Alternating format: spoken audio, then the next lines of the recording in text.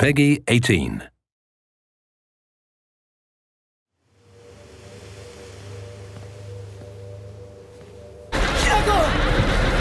今は誰かと喋りたくて。花子はいいよね。何でも持ってる。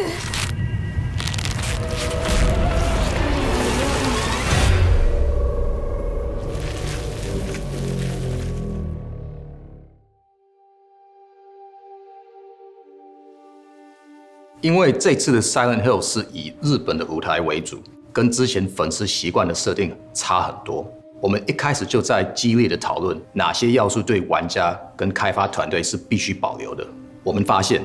玩家特别重视几个核心的主题，例如主角是一个有创伤的普通人、教团的计划，还有 Silent Hill 的小镇等等。这些设定当然非常重要，不过对 Nearbards 而言， Silent Hill 的精髓更在于它独特的风格氛围。对我们来说，场景设计不是单纯的美术，而是一种叙事。它需要与剧情进展紧密搭配，去塑造当下该有的氛围。也许是不安、压迫，也许是迷惘与恐惧。所以在关卡中，我们会先定下玩家此时该属于什么样的心理状态，再透过空间结构、节奏安排与迷路感，去强化当下的压力与不安。什么元素该出现，哪些细节该被润饰，这些选择都是为了让玩家走进来的每一步能更靠近我们想营造的情境。恐怖游戏当中 Silent Hill 着重于营造令人不安的情绪跟恐惧氛围，即使故事背景设定在不同的地点或年代，此核心特色始终如一。而在此次的 Silent Hill F 中，融入了引人入胜的日式视觉概念，比如精致雕刻的面具下带着神秘不安感，狭窄与空旷的对比能营造出幽闭恐惧感和突如其来的孤独感。利用重复的图案、无限延伸的走廊或鸟居，能产生迷失与时间停滞的心理压力。除此之外，我们也沿用了 Silent Hill 经典的雾，它不仅限制了玩家的视野，营造出一种迷失和孤立无援的感觉，更增加了潜伏在迷雾深处的未知威胁所带来的恐惧感。至于现实与异世界的视觉转换，并非只是场景的改变，它更承载了深刻的意义和多重概念，体现了角色内心、叙事推进、游戏机制以及对现实本质的深刻探讨。另外 Silent Hill 中怪物的设计常被视为角色潜意识中的恐惧、罪恶感、社会压力及心理创伤的具体化。玩家可以透过分析这些怪物的视觉特征，才能更深入地了解游戏的叙事和主题。我们相信这些视觉元素的融入，能为 Silent Hill F 带来更独特、更具深度的恐怖体验。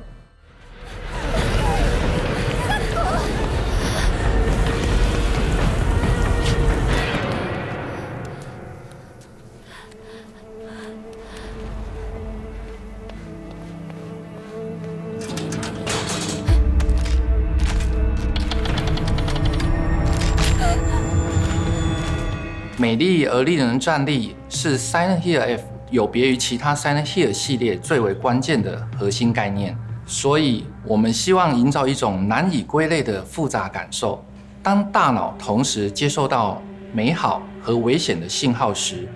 那种既想靠近又感到排斥的拉扯，将创造出 Silent Hill F 独有的视觉体验。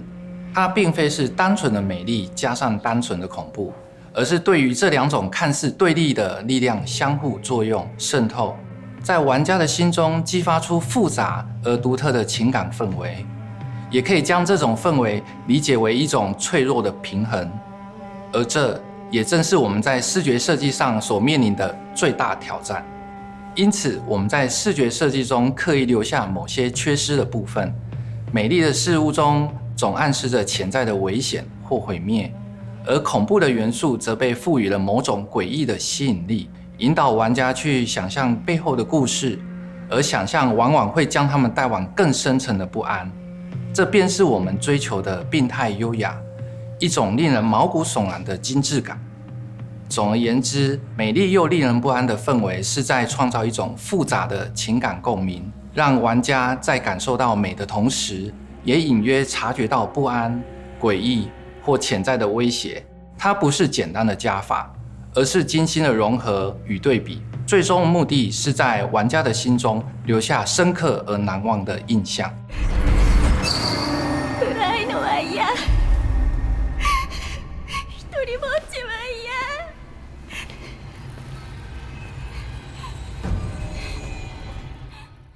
开发写实风格的游戏有一个特别需要注意的点，就是真实和幻想的拿捏。以开发者的角度来看，决定什么样的真实感应该要保留，哪些部分可以不要那么写实，很重要。例如，有时如果幻想的部分太多，很容易破坏代入感，影响整体游戏的氛围。但如果游戏在某些部分设计过于写实，也很容易失去游戏的乐趣和爽感。这是为什么我们特别小心地思考这个议题。在游戏设计中，场景和动作设计是两个我们这方面会特别注意的项目。在选择场景的时候，